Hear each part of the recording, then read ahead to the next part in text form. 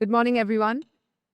And it's really a delight to be here on this third day.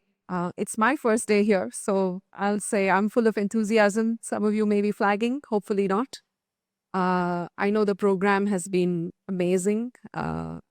Anything put together by the BFI team, I now know is usually full of energy, full of um, focus and also very purposeful.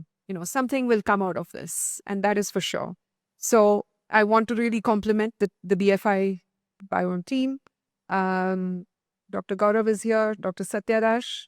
Satya, thank you for bringing us all together. You always create a special magic, and we can count on you to do that time and time again. So thank you. Um, Pooja, wonderful work. And of course, the entire BFI team. Dr. Anand Bhan is here, again, part of the BFI team. I'm singling you out because I know you all, but I know there is a much larger organization. What you've done in the last 2 years is incredible. I haven't seen an organization that has been able to grow so rapidly and make such a huge impact on the ground like you have. So congratulations to all of you. And really my very best wishes. We want to see more translational work in India, and who are serving as the catalyst. Uh, Although we are co-moderating the session today, Dr. Bhan and I was asked to make some opening remarks. I will, but let me tell you that this particular topic, bridging the divide, why collaboration between clinicians, startups, and academia remains so elusive in healthcare innovation, this particular topic, depending on who you speak to, you will get very different perspectives. I'll share with you my perspective, which is the perspective of somebody who's been a scientist and entrepreneur, now in academia, leading a research lab. It'll be different from everybody else's, and there'll be some things in common, but this is what gets the Vimarsh going. So let me start with some slides which I thought might be helpful. So when you look at the ecosystem, you've got academia and you've got clinicians, and then you've got startups/industry. I put them all into one bucket, though the startups here will protest. Nevertheless, we put them in, let's say we look at these three circles. When you look at what each of these sectors, each of these stakeholders do, they're very different things. Academia is focused on research, teaching, training, and maybe to some extent translation. Some institutions more than others, but research, teaching, and training would be the core. Startups and industry, their focus is on achieving proof of concept of new products, scaling up and commercialization, and clinicians, of course, are focused on patient care and research. So these are very different kinds of activities, and their goals are very different. Academia is interested in publications and patents, less on products. Startups and industry are focused on innovation, but they are also much more focused on sales and profitability. So only that innovation which can lead to sales and profitability will survive.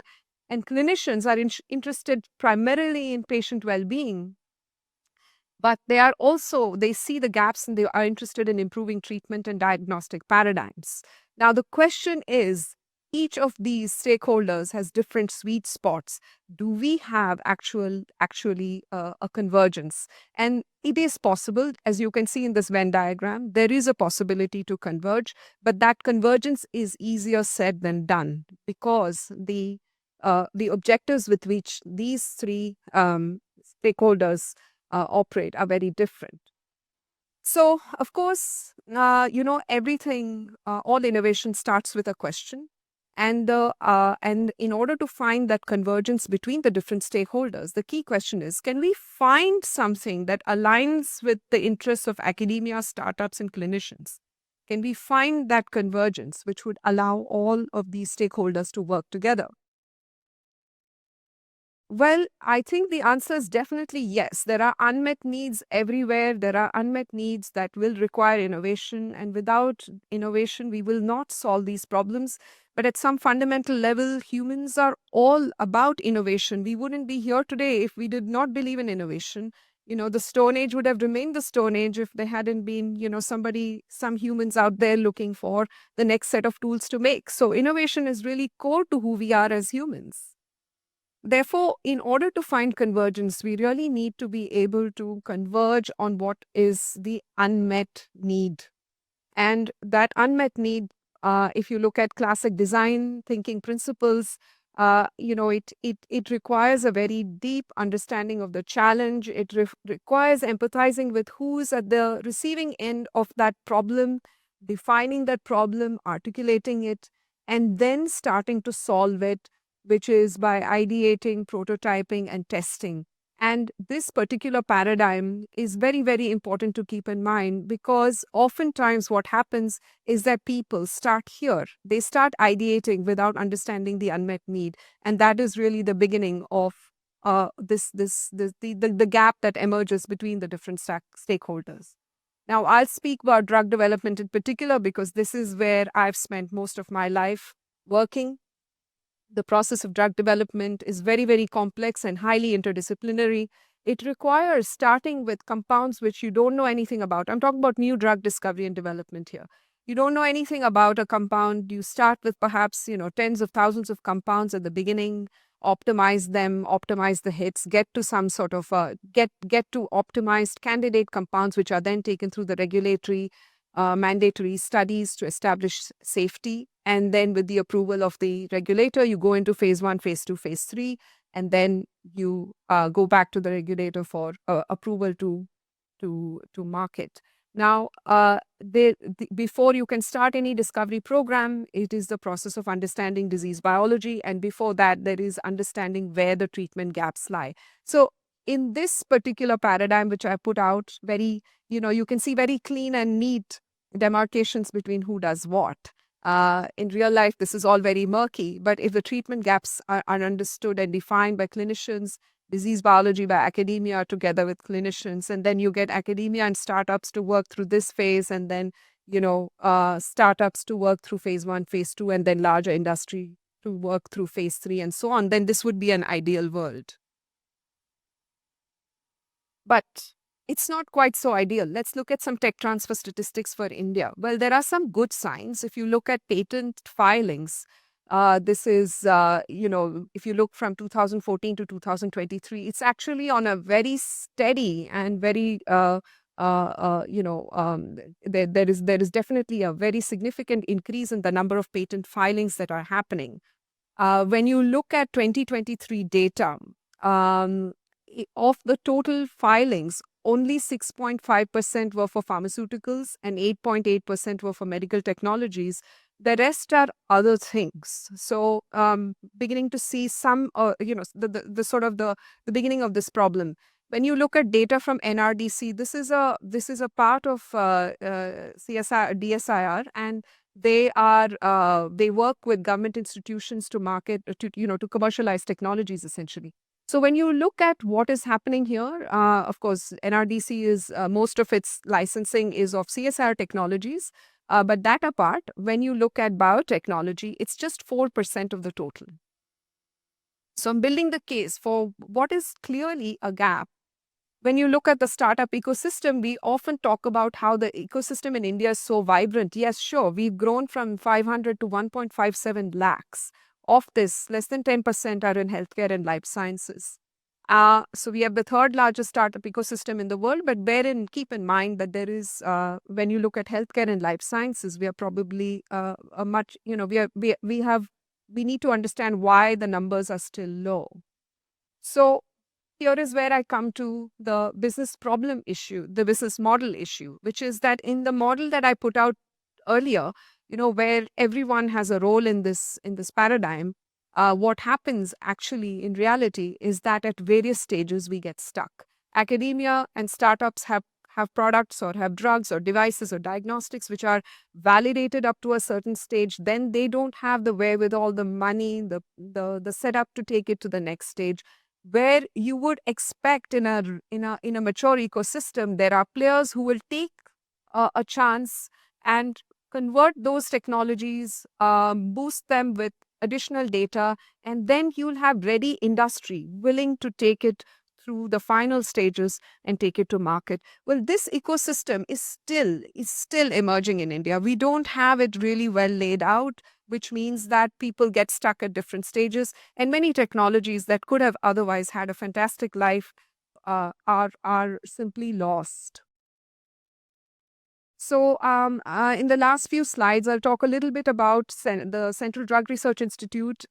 This is where I'm director, and we're a translational research institute. So, just to give you a flavor for what academic institutions can do, this is part of the CSIR system, and there is a very strong focus on not just basic research, but also work that can be converted into products. And our mission is to discover and develop drugs, diagnostics, and chemical process technologies for manufacturing of drugs.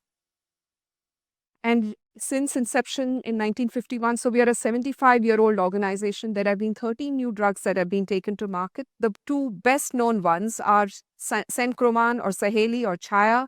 It's a once weekly oral contraceptive. It's a selective estrogen receptor modulator.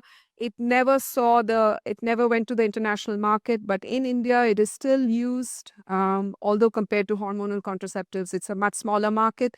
It's an entirely different story to talk about why that happened. But here is some examples of things that have gone to market.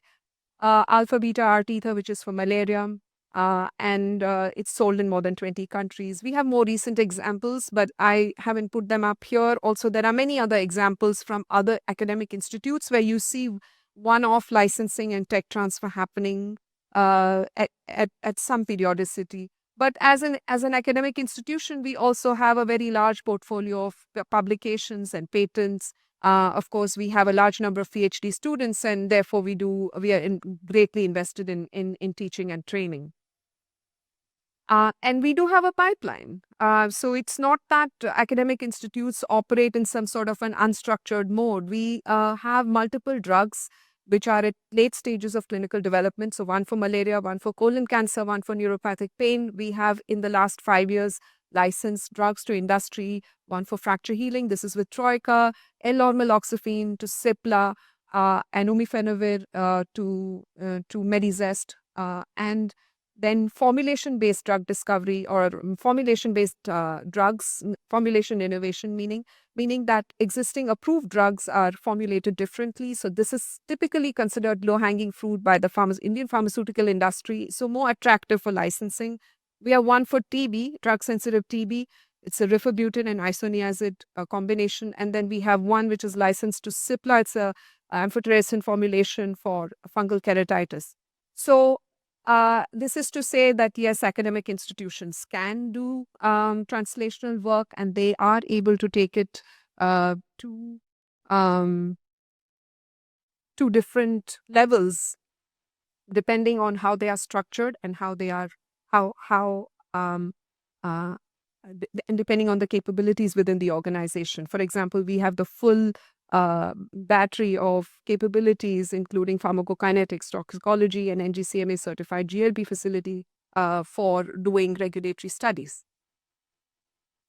So what we need is an ecosystem that enables, and that an ecosystem that enables means that we need to have places for clinicians, academics, and startups to interact more, to find opportunities, to find common ground.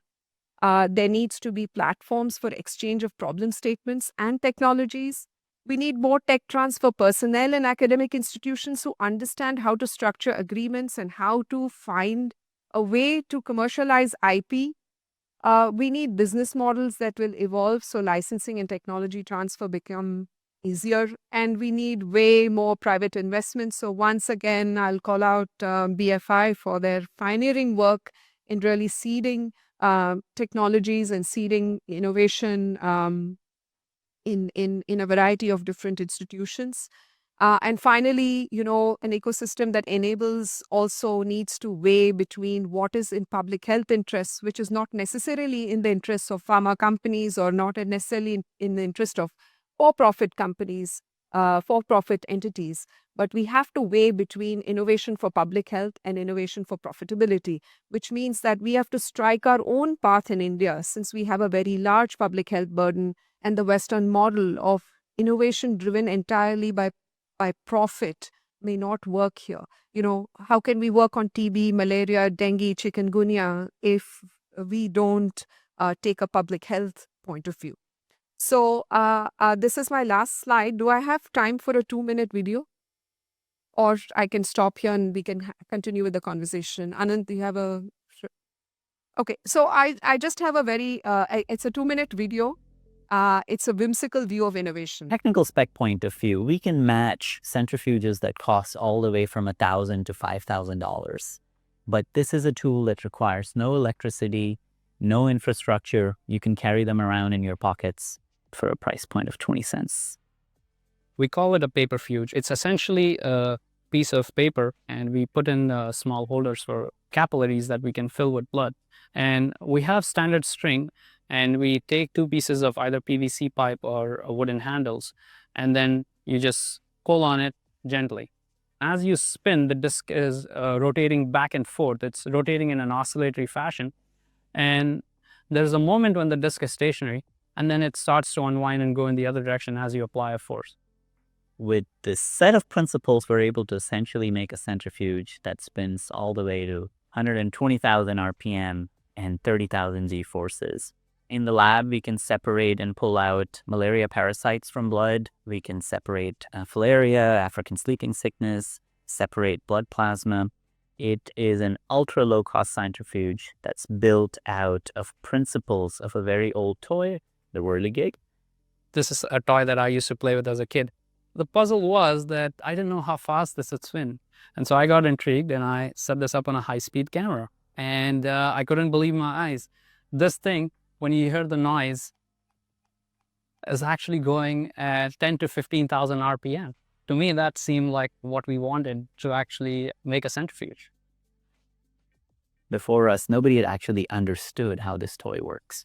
So we spent a significant portion of this time truly understanding the mathematical phase space, or how you can convert linear motion into rotational motion. And there's some beautiful mathematics hidden inside this object. There is a value in this whimsical nature of searching for solutions because it really forces us outside our own sets of constraints of what a product should actually look like. The centrifuge is the workhorse of any laboratory, from diagnostics to biology. And if you build a very essential, a key instrument, then you open up to a whole different variety of applications. Thank you very much.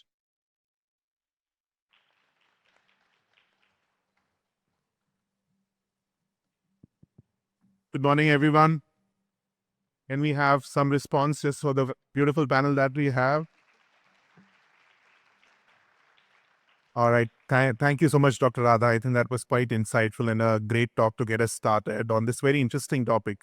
So when we were designing the program, and based on experiences I think many of us have had, including at BFI, we were trying to think of areas where we thought conversations would be useful. So all of the panels that you have on the program are basically conversations to try to unravel issues where we know that there are challenges, barriers, but there are also solutions and enablers.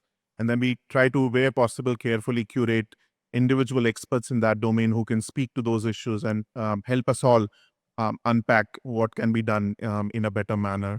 So, of course, one of the pain points that all of us know is this kind of lack of synergy, which Radha was also alluding to, that you have academia, researchers, you have clinicians, you have folks on the startup incubator entrepreneurship side, you have policymakers, you have funders, you have communities and folks working in public health and patients. And sometimes all of them might have a synergy, but that synergy sort of is not always very efficiently processed or approached. And so what can we do to do that better? And so on the panel today that you will see, we have tried to invite expertise from medical institutions, both those which are operating on the training side, those which function in the tertiary care realm, but also folks who are working in the periphery, doing secondary care, primary care. We have folks from incubation side. We have folks who work on research primarily. We also have individuals who represent communities and patient voices. And what we hope through the panel today is that we will speak to some of these issues and try to find solutions so that all of us perhaps will be better informed. So the idea, I think, is for the panelists now to maybe speak to a couple of their own personal connects with these issues, and also at their own institutions or organizations, how they are approaching these kinds of challenges, and what would be their suggestions about how we can try to find solutions and move forward. So we'll get started, and then we'll try to get some of you involved in the conversation, because I think that'll be more fun. It's now day 3 effectively. I know it's a lesser turnout as we progressively move through any conference, but I think it's an intimate enough gathering that'll be fun to have some to and fro and get your insights as well. But to get us started, if I can invite Professor Sanjay Behari, and I would request you, sir, specifically to speak to your own experience as a neurosurgeon who also has done patents, you've worked with innovators, you've worked on devices. What made you think of doing work on the innovation side? Because you were working as a busy clinician in a public hospital, but your own sort of connect with the need to do innovation in India and for our health needs. If you could speak to that first. Thank you. It's an honor for me to be here.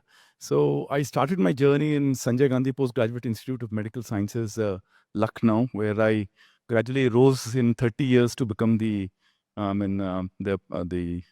of the department there, and it was all clinical work. And then suddenly from there, I went to the Sri Chitra Tirunal Institute for Medical Sciences and Technology as director there. And that has 3 wings. One is the public health wing, which is actually involved in public dissemination of preventive medicine, and especially for non-communicable diseases. Then there is a real hospital which is focused on cardiac and neurosciences, which probably is the largest cardiac and neuroscience super specialty hospital of the country in the government sector.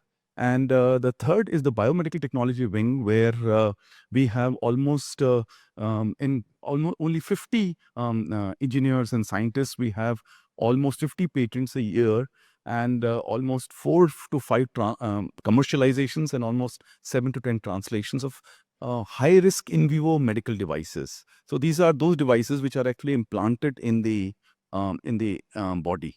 So this has been my journey, and I think I'll go further as time goes. So thank you. Anything else do you want? Sure. Yeah, maybe also, this is about your personal journey, but if you could also speak about the culture at Sri Chitra Tirunal and how sort of that connects sort of these dots. Yeah, so the unique thing about Sri Chitra is that for the last 40 years, ever since it was established by Professor Velayathan, is that it kind of focuses on development of medical devices, where doctors give the input as end users, and scientists and engineers actually focus on making those devices based on what the doctors tell them. It's like ISRO. When you actually have the end user experience guiding you, then it's very simple to actually focus on what the hospital really needs in terms of the environment and the immersion. So the important point is that one thing which I was not really understanding as a doctor, which I have really understood in Sri Chitra, is that three things are very important. One is for actually longevity of any device. First of all, its quality is very important, and most of us don't focus on quality. So what happens is we make a device and then it loses all its value because it does not have that quality. And that is why the testing of devices is a very important component, and that takes time. You have physicochemical testing, and then you have small and large animal testing, which most of the doctors don't know about. So this is one very important aspect that needs to be focused upon. The second very important point which needs to be focused upon is that as we rise through our careers, we don't take that leap of faith and actually become comfortable with people who we don't identify with. Like a doctor will never identify with the thoughts of an engineer or a scientist. So that leap of faith, and unless you take the leap of faith and you get into that immersive phase, it doesn't work. The third very important thing which I think needs to be changed for the country is the fact that when I was rising through the ranks, talking to an industry person was an absolute no-no. Anybody who would be closely collaborating with an industry person was regarded as being, some kind of criminal almost. You understand? But now the entire thing has changed. Right from the beginning, from the time of prototype testing to the type of translation and commercialization, if the industry comes in, it really leads to a dramatic change in the way you can actually change the entire ecosystems. Thank you very much. Thank you. Thank you so much, Professor Bihari. That's very useful. Um, Professor Meenu, if I could come to you next. You're a pediatrician, a pulmonologist, an evidence-based medicine expert, and now you are also leading two new national institutes of importance. In your experience, how can we inculcate this culture of being open to innovation, translational research, especially in newer institutions like the ones you are leading? How can we ensure that in our medical education curricula, in our exposure to our medical students and residents, this is sort of incorporated so that we avoid the kind of longer lag that we've had historically in medical education, and now our residents and our graduates are exposed to these kinds of thinking mechanisms, and hopefully some of them will become the innovators of. So, as has been said, it was a matter of culture. I started my journey from PGI Chandigarh, and which is like, I think must be 60, 70 years old institution. And we tried to innovate some of the things like telespirometer. We worked with BARC for tele-ECG. We started the telemedicine center, and then it turned it into a department. But what we always felt was the culture was very different. I mean, there wasn't even an opportunity or a system to patent what you are trying to do. And that was not true for senior persons like us, but for juniors also, it was very difficult. And as Dr. Sanjay Bihari said, if you collaborate with industry, it was like a taboo. And I think it still is. I'm currently looking after AIIMS Rishikesh as the director and also additional charge of Bathinda. What I find is that many of our students, they do want to innovate. And we have these physiology, innovation competitions. And we find that they are coming out with very, very impressive ideas. But then we need to make a system that these ideas incubate into inventions and then they get transferred to industry. So that system is definitely lacking, and this has been voiced in different fora in our regulatory bodies also. But just to tell you an instance, that there was a Section 8 company which needed to be opened by the faculty if they were to get a grant from IIT Roorkee for innovating something. And ultimately they did it, but then it ended up in an inquiry. So that's the kind of ecosystem that we have, and we need to change it. And as you said, I think we also are responsible for that. We need to voice our concerns, and only then this innovative spirit in physicians or doctors will get converted into useful things for the society if we encourage them and if we provide them with a system which works and which gives them some incentive. In medicine, mostly people would say that the first question, if you ask a doctor, they said, yes, because I want to serve humanity. Why do you want to become a doctor? But as everybody else also wants to serve the humanity and is actually serving the humanity. And you would always be told about, paramarsh, vimarsh, as we are having today, कि आप patient को जब देखते हो, so, it's basically ethics, it is empathy, it is compassion, which should take an overhand over your any other feeling which you might get, for earning money. As if, doctors aren't supposed to be taking consultation fees when they're sitting in practice, but that is the kind of ethos which is supposed to be there for doctors. And you as an ethicist, Anant, I think you also must have also debated as to what should an attitude be of a doctor. A medical student is ultimately going to become a doctor. So what is the kind of teaching that we should be giving to them? Of course, innovation also can be done under the umbrella of ethics. And that's what I feel. And we should develop a system for that. And we should encourage all this, what is happening. Thank you. Thank you so much. I think that's an excellent point about how innovation needs to also keep ethics and sort of patient centricity and empathy at heart. I'd like to now come to Dr. Ravi Kannan. Ravi, oncologist by training, trained in Chennai, then decided to settle in the far beyond Kachar, rural Assam, and has worked with colleagues in setting up this very excellent model of provision of care where there is a community angle as well as, of course, the hospital. So Ravi, I mean, a lot of these conversations happen in metros like Delhi. We have these fancy conference halls where we talk about issues which are relevant to public health or to our communities. Uh, do you think that there is something lost to translation? And as you are practicing in Kachar and dealing with a lot of downstream issues because we don't have very efficient screening, we don't have very efficient health systems at primary care or secondary care. So what would you like this audience to know about where those challenges are? And if we were to talk about innovation for India and its health needs, what are the kind of things you would like this audience to think about? And any thoughts as a practicing oncologist? Thank you.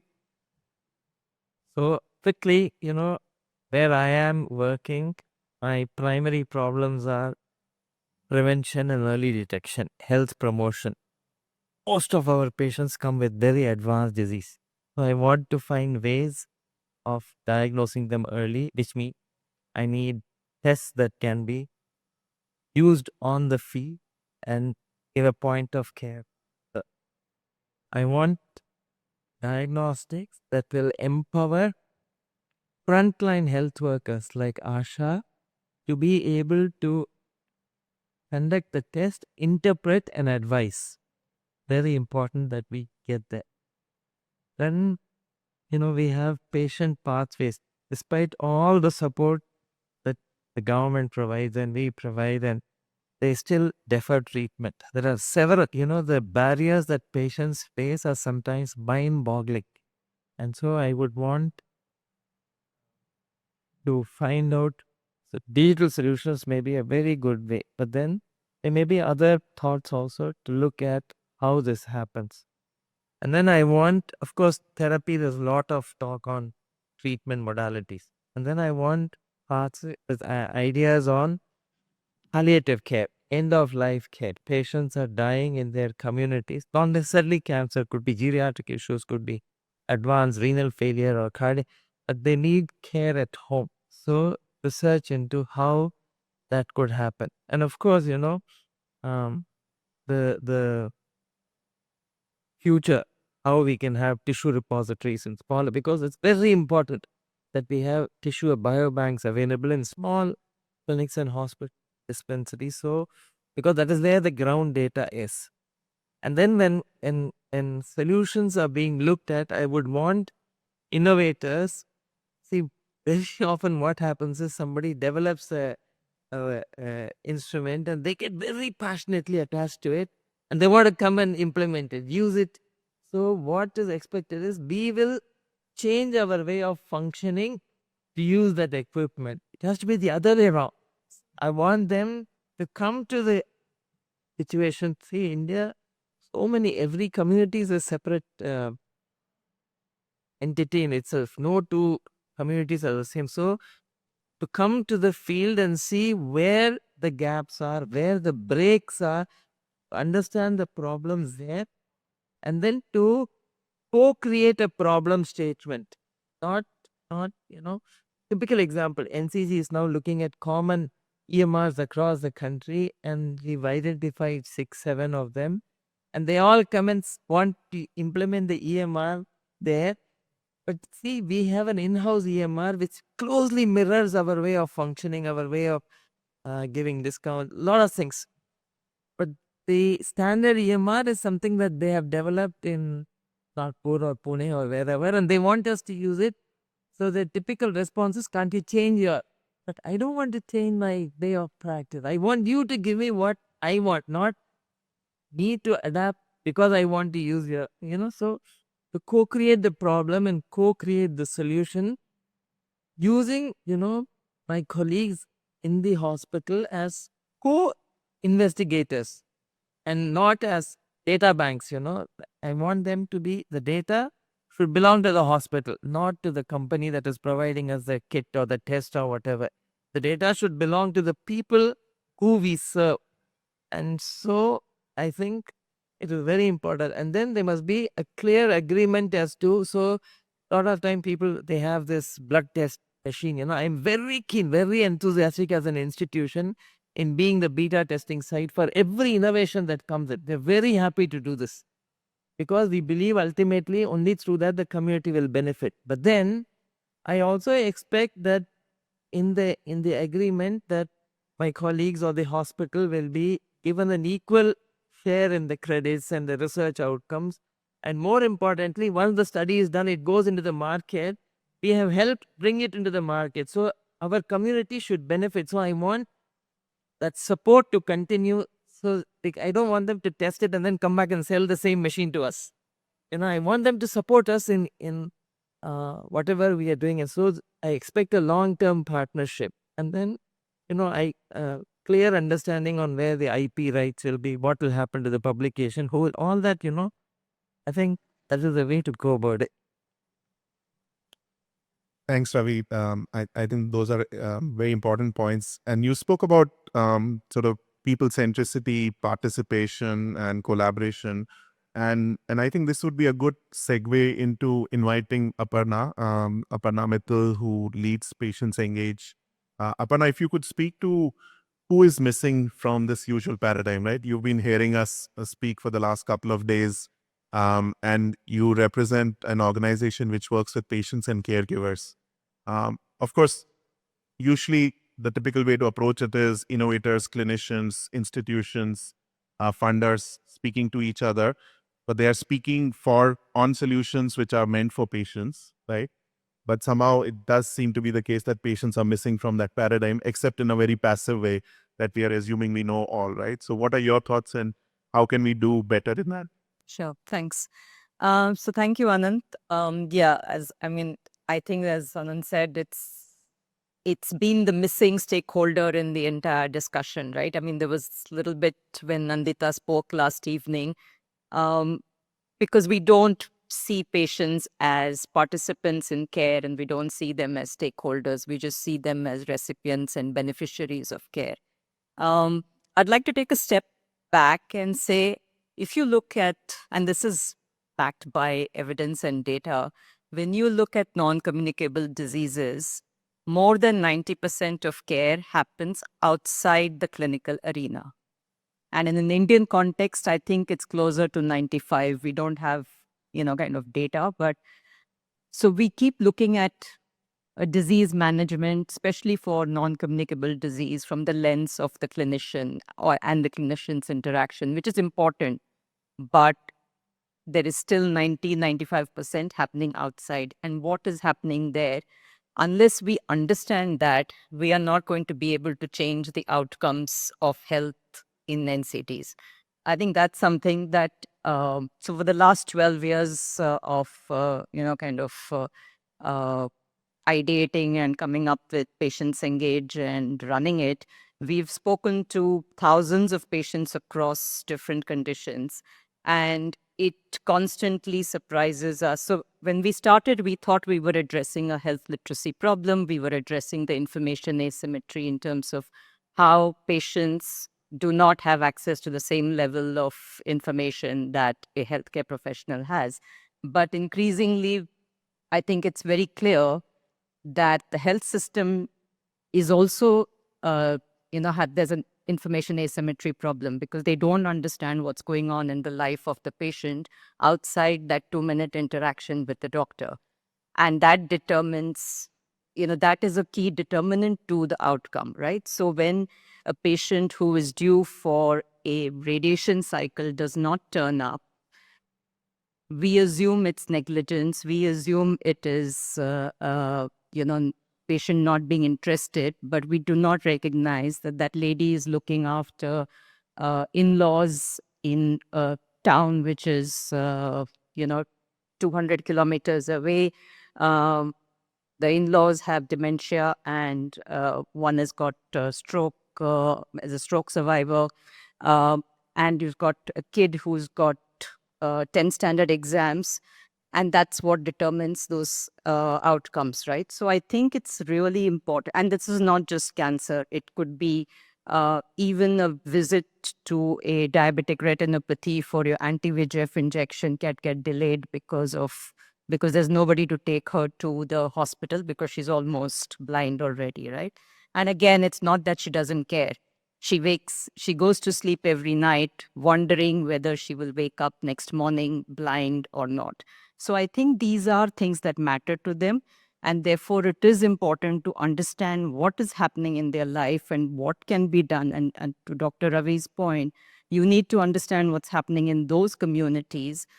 Same point last night as well. You have to look at that last mile should be the first mile. But we really need to listen deeply to these conversations. And we also need to give platforms to patients to represent their needs. So one of the things we've done is, so we've been very passionate about inclusion of patient voices in policy making and research design, etc. And the pushback always was bringing in a patient will dilute the research outcome, it will delay things. What matters to the innovator or the researcher is not what matters to the patient. And so we did, along with National Cancer Grid, we piloted a program where we've now trained people with lived experience of cancer to start with, to understand the research process, to understand health economics, to understand various aspects so that they can contribute effectively to these discussions in terms of how they can be an advocate in the research discussion. The other thing on that always is to keep in mind that, and it's challenging in an Indian context because we are such a diverse community. So the other thing that we are constantly focusing on is when you bring in one patient, are they only speaking based on their experience or are they representing the community truly? And that's where we've again made a lot of effort to mentor them, to bring in other patient voices, to bring in even other disease areas so that they are not looking at it from the lens of just their own experience, but they are really aware of how they can represent the community. Thanks so much. Again, very important points and a reminder for all of us to keep, true sort of lived experience engagement at heart. Yogesh, I want to come to you. So Yogesh trained as a neurologist. He's done basic science work in the US, came back and spent time in rural Gadchiroli, then in rural Chhattisgarh. And now you work with this interesting model where you are a healthcare provider, but you also work with patient collectives. And I think it'll be nice to hear from you, based on sort of this diverse life journey that you've had. Why do you think sort of working with communities and building up communities towards health solutions is important? And what can we do from an innovation standpoint in terms of responding to health needs which are truly meaningful and sustainable? Thank you. Thanks a lot for this invitation. It's an honor to be here. The larger, why working with communities and why rural? So one of the things that will hold back India from becoming a developed country is how we address our rural communities, because 2/3 of India's population lives in rural areas. And a problem that I struggle with every day is we have enough brain power and we want to be, Vishwaguru or world leader. But what about our rural population? I see people dying because of very simple things. When I started working in Gadchiroli, people would die because they don't have 1,000 rupees. That was the value of human life that we have come to.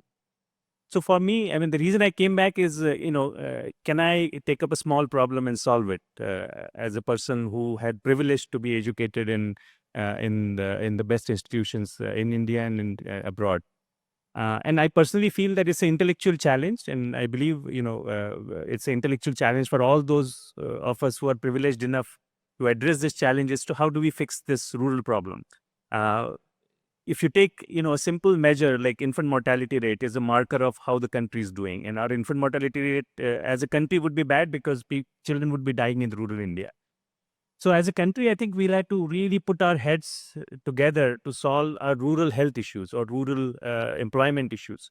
Because unless we fix that, we cannot go ahead. It's going to be, at one side. And the paradox that I always deal with is we are sending a mission to Mars, but the ASHA worker struggles to travel 2 kilometers because there is flooding. So this, we are living these two very different worlds. And how do we sort of reconcile and bring it together? So that has been the journey, and I personally believe that we have enough brain power to do that. It's just that we need to get into rural area and start looking at the problems, because I work every day. You see multiple problems, right? So there's no dearth of problems, and then there are, in the cities, there are people looking to solve problems, but two of them are not coming together. So, for example, I'm a neurologist. 90% of India's neurologists practice in metros, while at least 70% of neurological problems are in rural areas. So how do we solve this problem? So these are the problems that I think we have to tackle. We have to deal with it. I think the researchers, the companies need to make themselves cognizant of the issues that are in rural areas. Just to give an example, I work on sickle cell disease. Sickle cell disease have been there for the last thousands of years. And suddenly everybody got interested because government launched a program, and credit to the government for launching such a program. But nobody talked about it. Nobody worried about diagnosing sort of sickle cell anemia. I work in the state of Chhattisgarh. The prevalence of sickle cell gene is 10%. Every 10th person in Chhattisgarh carries that gene. And still, it took us 75 years after independence to talk about this disease. So, and then when we started, the government launched a large population-based screening, and the government has ambition to screen 80 million people over the next 3 years, out of which 1.5 years has already passed. And the companies that we had to rely on were all, the point of care tests were all made in the US. But then I also saw a positive aspect that in the last 6 months, suddenly Indian companies have come up, and there are now point of care tests which are available from Indian companies. So I guess until we understand, rural India and its challenges, we are not going to solve it. And I personally believe that all people living in urban areas are tourists for rural India. They see, this is such a nice rural area, very nice to live in. They say bye-bye, but they never get into it and talk to people. Even if as tourists, when we go to places, we are, restricted to our hotels and the natural beauty. We never engage with local people, understand their problem. So I guess that's a chasm that we need to address, and very small problems that need solving. I worked on stroke.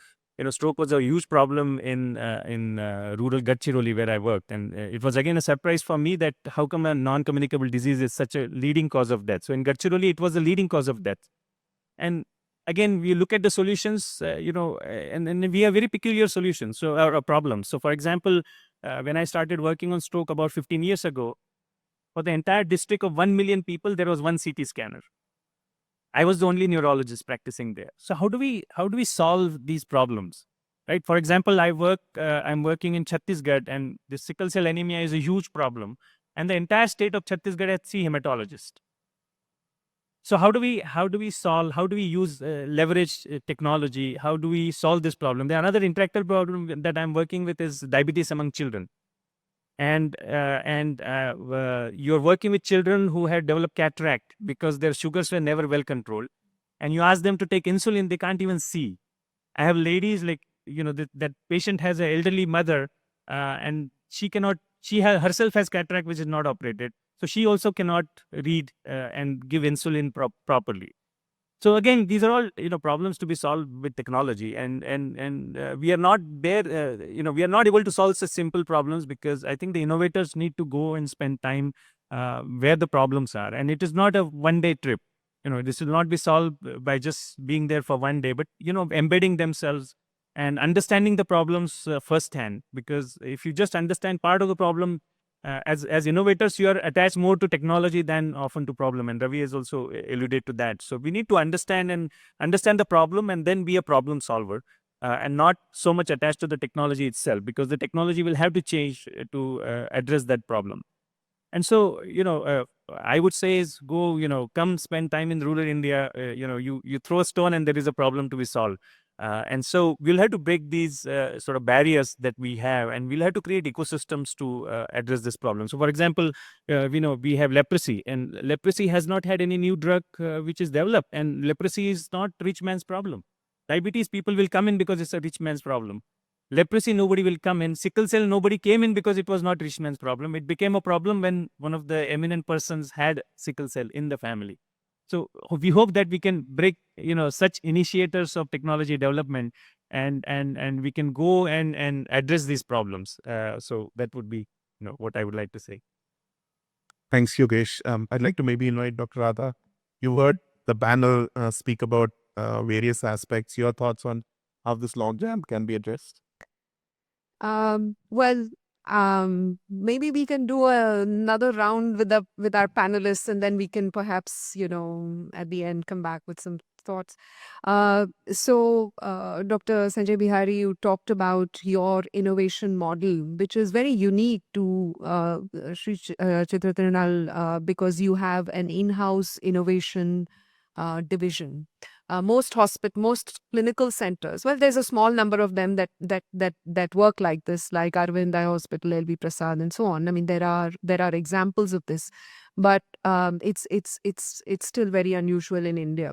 So, in your innovation model, where the problem statement is coming from an internal assessment or from your own stakeholders, what is the process you follow? Do you further validate the statement with external stakeholders? And also, how do you deal with innovation that is coming to you from outside of the system? When innovators come to you and say, "We have developed something like this," what is your approach to this sort of innovation? So there are different aspects to it. The first is a very basic aspect of training. So when somebody is undergoing training in the institute, the first and the most important thing is for them to get an immersive experience in that environment. So that means that every time during their entire training program, their DM, MCH, PhD program, they actually go to the Biomedical Technology Center, maybe take some projects and then take them through. That's one important aspect, because that's when they really learn the ropes. The second important aspect of it is a hub and spoke model, where we adapt a lot of engineering colleges all around. And they have some very innovative students who actually very enthusiastically work with our ideas. So we give them funding, and then they collaborate with our people, and then they take many of these ideas through. The third very important thing is, very, very important thing is, which is really preventing anything from moving further, is that the industry people have to be almost an adjunct faculty of your own institution, which is not happening in most of the institutions, because everything is so rigid in the National Medical Council and everything. It has to be this way and it cannot be that way. But in institutes of national importance, we have a little more leverage as far as that is concerned. So which means that the engineers and people from other institutions, we have a triple PhD program with CMC Vellore and with IIT Chennai going on, where they are going all over. And then we are planning another one with IIT Kanpur very soon. So all these things are, this flexibility is extremely important in the entire scenario. Then another very important point is, each institution has to have a business model where there are people who are selling technologies to people outside.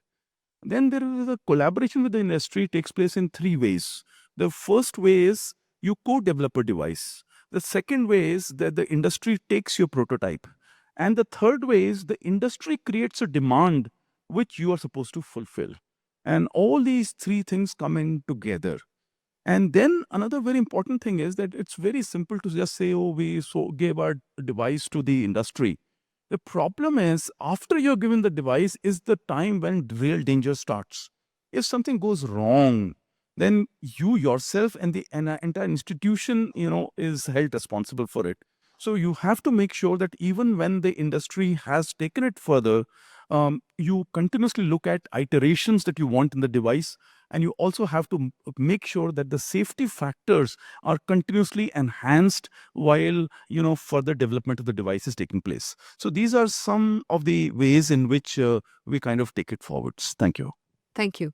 You also talked about the fact that people have to take a leap of faith, which, to me, the other side of the coin is really that we need to be able to deal with failure better, right? Failures will happen. You develop a device, you think it should do X, but it doesn't meet expectations. You have to find a way to close something and say it didn't work, and move on to it and accept it, roll it into, make it a badge of honor almost, to say that, hey, I had the courage to take it this far.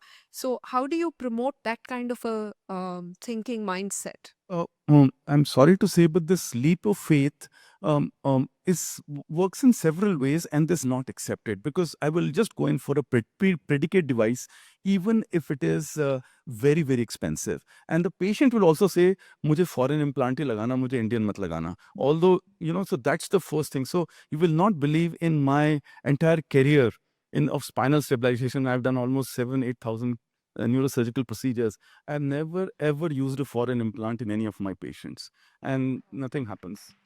No, it's not a matter of clapping. It's what is science behind it is very important. It's an osseointegration after 3 months, which is more responsible rather than what device you're using, and that most people don't really understand the science behind it. So that's the first point. Then why is failure not an option? I'll tell you the reason why failure is not an option. You cannot make a device which fails even in animals. Those animals are also living creatures, and you cannot continuously experiment on these animals for no reason. You understand? So therefore, how do I say failure is not an option? Any startup, any person who is actually taking anything forward has to be handheld. Before I did my first case of neurosurgery, it took me 13 years of training before I did a complex independent case. And you expect a person who is a startup guy who knows nothing about business, nothing about human management, nothing about finances, nothing about the laws of the land, nothing about where he's going to get the funding from, nothing about the science behind it, nothing about the medicine behind it, to suddenly become a unicorn. You need to handhold them in a very nice way, take them forwards, and you will see that. Do you know, right now in India, if there is a translation rate of 30%, is regarded as outstanding. I mean, if you handhold them for a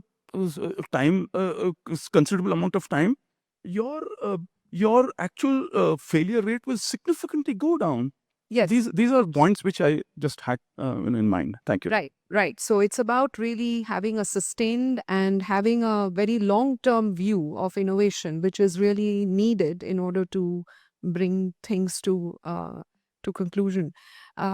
So moving on from there, Professor Meenu Singh, you talked about students being very interested in innovation. What happens to students who are who are pursuing a medical curriculum but are interested in innovation? What do you believe is a career path for them if they really want to strike it differently? Do you think there are experiences from your from AIMS Rishikesh, for example, where you've seen people take off in a different direction? First of all, I must say that my experience here, now observing everybody who's been working in the present organization we are discussing about, I think the mean age is not more than 30 years. And I do feel that the young people, and even the ones who are not mentored in that word, are faring very well. I think it also depends these days because we are living in the age of networking, and we do gain from other people's experiences. And that is how we evolve much earlier. We mature much earlier than what we used to do earlier in our times.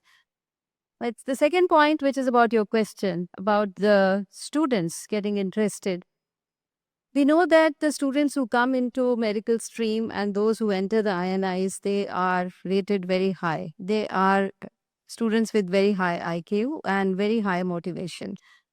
And they do have aims, and these days they really know what they want to do. And there is a small proportion of about 10% of every class who are interested in innovation. And if given opportunity, they would become medical innovators. And I think that's the reason we need to have a stream for them, which could be like for MD, PhD type of a thing, or MBBS, PhD type of a thing, in which they can develop their idea into something which is translatable. So some of them are very good in fundamental sciences. For example, they do very well in biochemistry, physiology. And they are the ones who are, otherwise they are not given much importance. These subjects in medical colleges are not given that much importance. They are considered to be basic sciences. And these days there is a lot of emphasis on early clinical exposure. we know that clinical science is very interesting. And those who get into it, they don't want to go back to basic sciences many times because they are relatively dry sciences and they are sometimes not even able to understand. And many medical teachers, they do not have exposure to some of these basic, very effective fundamental research techniques. For example, you ask, your clinician friends, how many of them know about CRISPR technique? How many of them know how it works? I don't think more than 30% will be able to tell you. So that is one reason. And the time which is spent on clinical sciences, I was just looking at this IIT Kanpur video, which is running all the time on endoscopy. And I being a endoscopist, I was totally taken away to that side. Clinical medicine is very interesting. And for students, to delve into the fundamentals of that is very important. So I think every institute needs to have an incubator, at least, where these students can go and work on their ideas. And then we need to have a system in which they can get that education in research, because we all have a mandate of research, medical education, and patient care. And we sometimes think that patient care is everything. Of course, it is everything, but research is also very important. And that is how we take forward our patient care if we have good research going on. So all these three things have to be working in coordination so that we produce well-rounded of individuals, and some individuals who are totally dedicated to science and research. Another thing is we have to open our gates to scientists. These days in our medical universities or in medical institutions, we have all physician-oriented things. We do not have science-oriented things. There are very few PhDs. And these PhDs do not have a very good avenue to work after they finish their PhD. And I find most of them go on postdocs to US and they don't return. Of course, we have certain schemes like Ramalinga Swami fellowships and other things, but they are very small amount. And that is the reason we lose many of our people. And then, of course, they come back. Many times they come back with very rich ideas, as is happening, in this particular scenario. But that is something which we need to encourage in our own country to, retain our talent. I think that's important. Thank you. So the next set of questions, both Dr. Ravi Kannan and Dr. Yogeshwar, you both talked about the fact that innovation for underserved communities, for rural communities and so on, are of a different nature, perhaps. The requirements are different. And you talked about the fact that people need to immerse themselves to understand what problems need to be solved, rather than solving some problem which they think needs to be solved and then asking it to be retrofitted into your workflow. So one of the classic problems in the startup community, whether it's devices, diagnostics, whatever it is that you need to find a path to sustainability. So a business model is very critical. And the business model requires you to identify who your customer is going to be and what they would be willing to pay. And inevitably, this points them in the direction of tertiary care private hospitals, which are willing to take on automation, which want certain kinds of devices, diagnostics, etc., where the patient is willing to pay. Whereas when you start to look at innovation, which is for rural communities or for communities that cannot pay easily, then it becomes a volumes business. And this is much harder. This is a much harder problem to work on, because you know that it will be a hard sell. The margins will be minimal, and unless you can sell hundreds and hundreds and thousands in large numbers, it's not possible to bridge this. At the same time, we must focus on problems which are very, very public health centered. And we need to find a way to bring more collaboration and more ecosystem more stakeholders working together to solve this problem of sustainability for startups or for industry or whoever it is that is going to commercialize.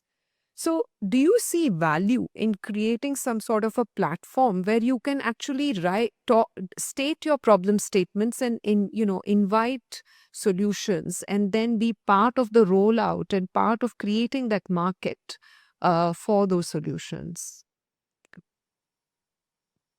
No, I think that's a very important question that you asked. And, one looks at what has already been done. So let's say take an example of vaccines. So vaccines are made available, but how does the vaccines are expensive. So how do you make it work? WHO funds for it. Some other funding agency comes for it.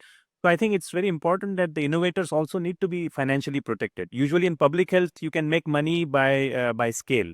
You use a simple cheap test, but use it on such a large number that it becomes effective. But that some kind of protection will be needed. And I don't know whether government coming in would be a right step, because otherwise, or the funding agency, some kind of funding agency come in. But we'll have to look at what are the common public health problems that we have as a country, and then create an ecosystem around it where there is some guarantee given by some funder. It could be government, it could be non-governmental, where the innovators would be protected early on until they take it to a scale.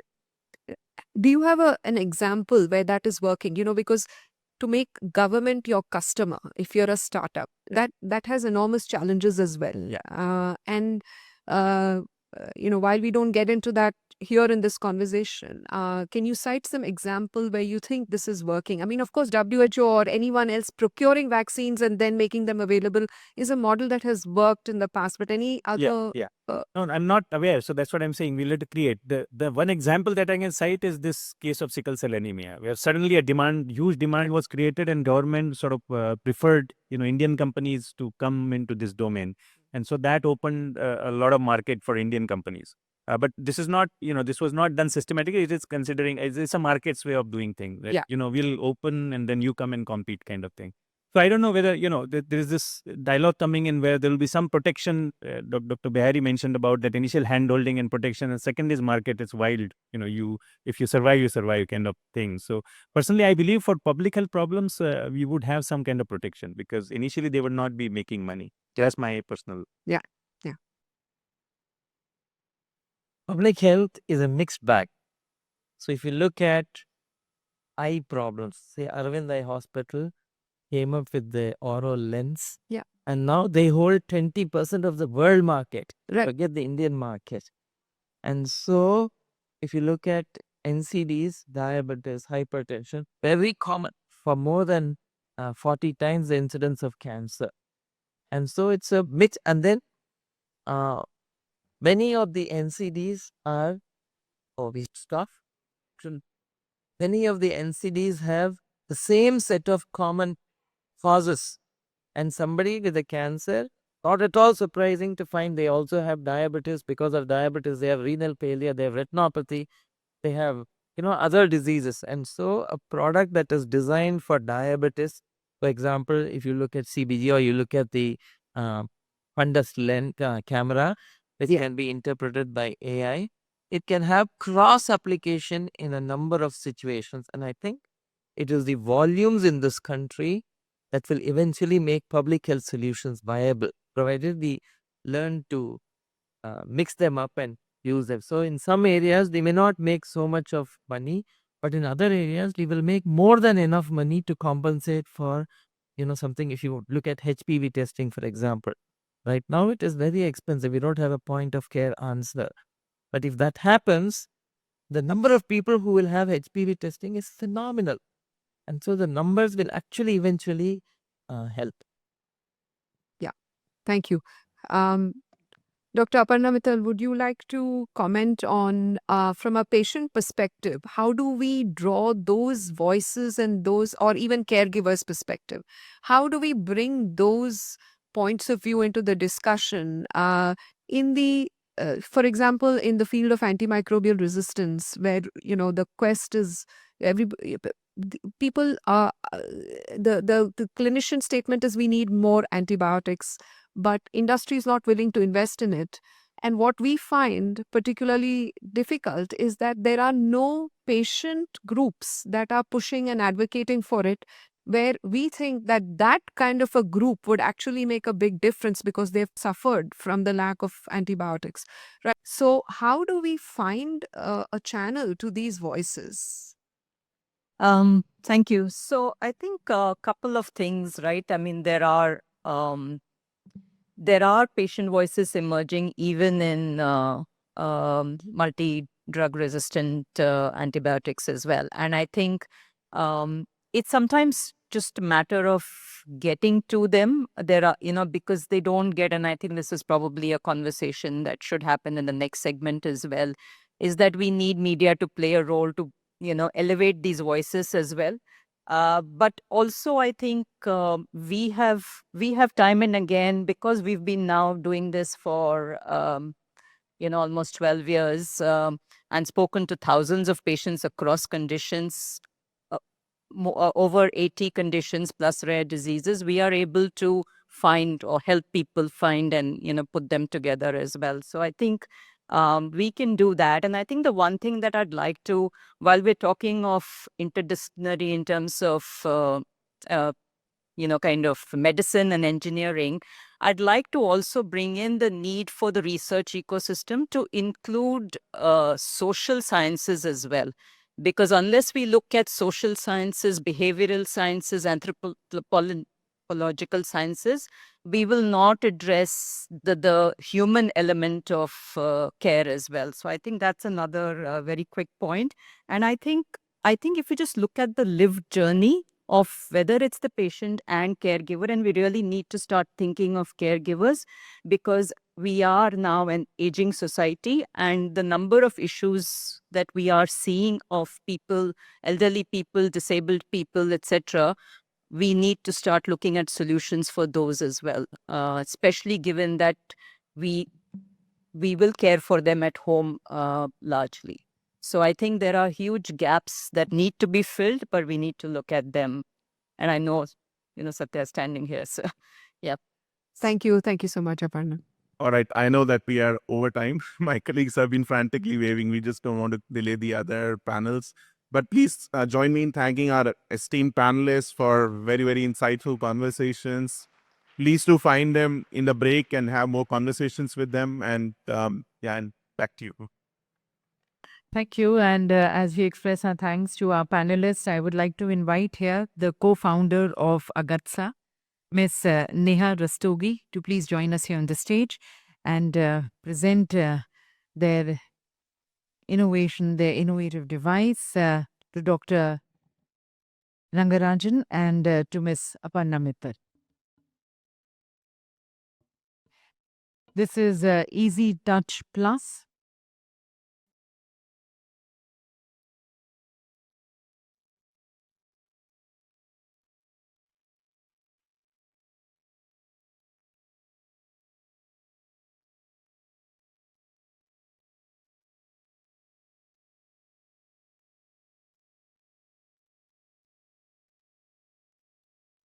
So this is Easy Touch Plus by Agatsa Software, a smartphone-enabled touch phone. This is a non-invasive touch-based device that measures blood sugar levels within seconds. And now I invite the founder of Ayu Devices, Mr. Adarsh, to kindly present your innovative product to the other panelists. Ayu Sync digital stethoscope, an AI and Bluetooth-enabled stethoscope, which ensures superior diagnostic accuracy and patient care through seamless digital connectivity.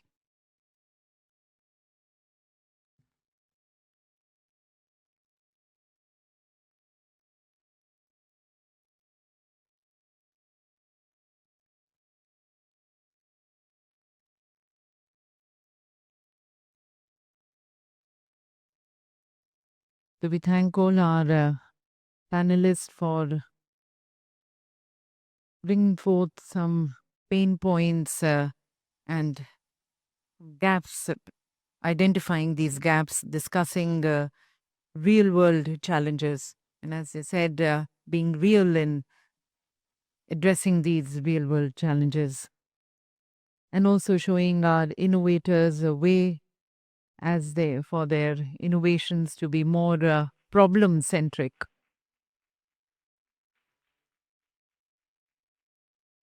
We'll close with a group photograph.